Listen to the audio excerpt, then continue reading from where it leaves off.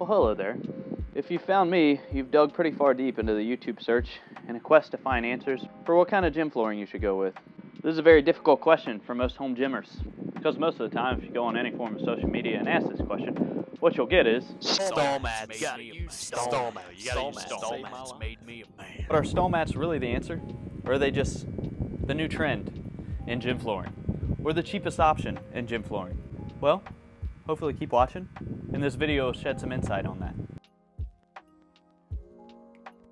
Today I'm going to discuss 4 options for gym flooring, starting with the one I'm standing on right now, which is a plain black rubber floor rolling. The first thing that you want to consider is what you're putting flooring over. If you're putting flooring over concrete, I'll show you a few good options. If you're putting flooring over something like a vinyl plank or something like that, then you probably want to wait to the end of this video and I'll tell you what to put over that. The second thing you want to consider is what you're going to be doing on the gym flooring. So the first option I have here, as I said before, is your black rubber rollout flooring. Now you can get these in 1/2 inch, 1/4 inch, or all type of measurements within an inch. Mine that I'm showing you today are 1/4 inch, okay? And I can do just about anything I want on these floors. I have concrete below them. It doesn't take much to protect concrete.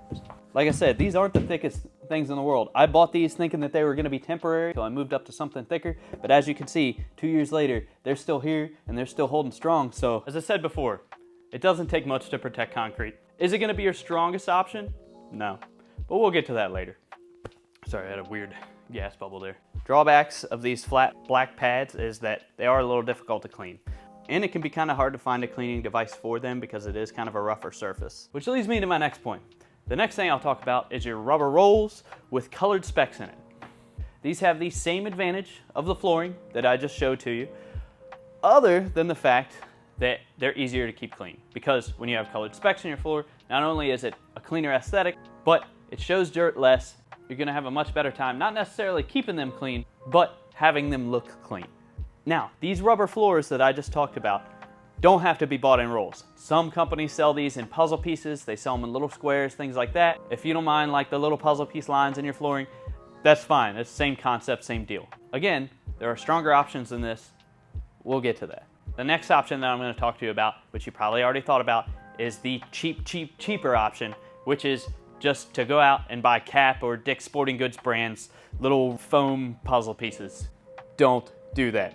If you have a small space and you're trying to put flooring in, it's probably just as cheap to go on sites like Rubber Flooring Inc. or something like that and just get a small coverage in that area, especially if you're lifting weights.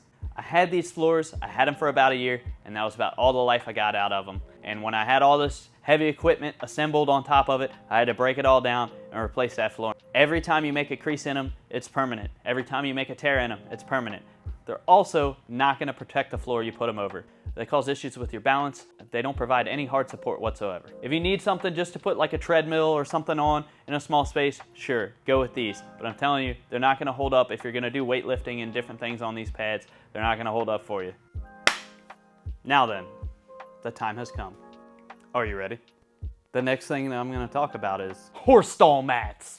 Tough, durable, able to withstand a horse. Stall mats are a lot of people's go-to because it is the cheapest way to get a thick piece of rubber on your floor. And if you have something like vinyl or something like that and you need that thick piece of rubber to go over your floor, then these are probably gonna be your guys. If you need something to drop bumper plates on, these are probably gonna be your guys. If you need something to deadlift on, you should probably just go get a deadlift pad and not just raw dog your floors, no matter what's over top of them. I'm sorry to break a lot of people's hearts, but there are drawbacks to stall mats. First drawback is the visual aesthetic. It puts a bunch of 6x2 rectangles all over your floor. They are very hard to keep clean, depending on what kind of surface your stall mats have. Also, the #1 complaint I see about stall mats is, and I'm gonna break a lot of hearts with this comment, stall mats, they have an odor. Unless you're ordering them from a person that specially makes them for gym floors, in which you're gonna pay top dollar anyways. If you're like a lot of folks